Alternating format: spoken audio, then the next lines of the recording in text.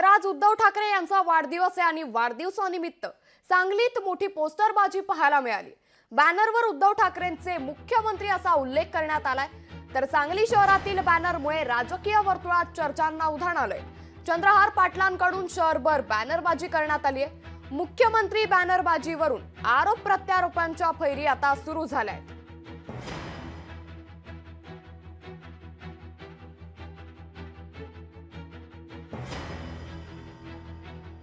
सांगलीत ज्यांनी मुख्यमंत्री उद्धव ठाकरे असे बॅनर्स आणि पोस्टर्स लावलेले आहेत ते पेलवान डबल महाराष्ट्र केसरी चंद्रहार पाटील उपस्थित आहेत।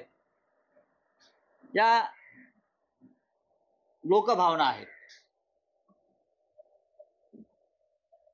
जे पोस्टर्स किंवा बॅनर्स ते काय आम्ही सांगत नाही, या लोकभावना आहेत आणि त्या आपल्या भावना लोक अशा पद्धतीने व्यक्त करत असतात। त्याच्याविषयी कोणाला दुःख वाटण्याचं कारण नाही।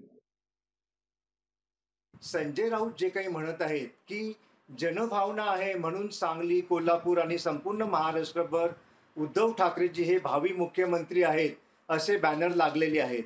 आता चंद्रहार पाटील या पैलवानाने म्हणे हे बॅनर सांगली आणि कोल्हापूरमध्ये लावले, परंतु त्याकरिता जनतेमध्ये मिसळावं लागतं, काम करावं लागतं।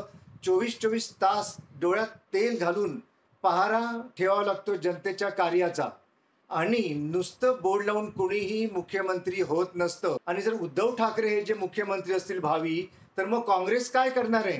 काँग्रेसला हे मान्य आहे का? नाना पटोले, वडेट्टीवार आणि काँग्रेसच्या दिल्लीतील नेत्यांना हे मान्य आहे का?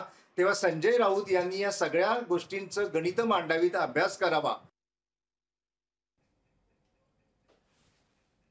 महाविकास आघाडीचे मुख्यमंत्री उद्धव बाळासाहेब ठाकरेच व्हावेत, हा मी शिवसैनिक म्हणून, शिवसेनेचा नेता म्हणून माझं भूमिका असणं वेगळं, परंतु समस्त महाराष्ट्राची भावना काय आहे ती रस्तोरस्ती दिसते। ती महाराष्ट्राच्या मनामध्ये काय आहे ते दिसतंय आणि म्हणून महाराष्ट्राच्या जे मनामध्ये आहे ते महाराष्ट्राला स्वीकारलं हवं। लोकशाही मराठी ऐका, पहा, जागरूक रहा।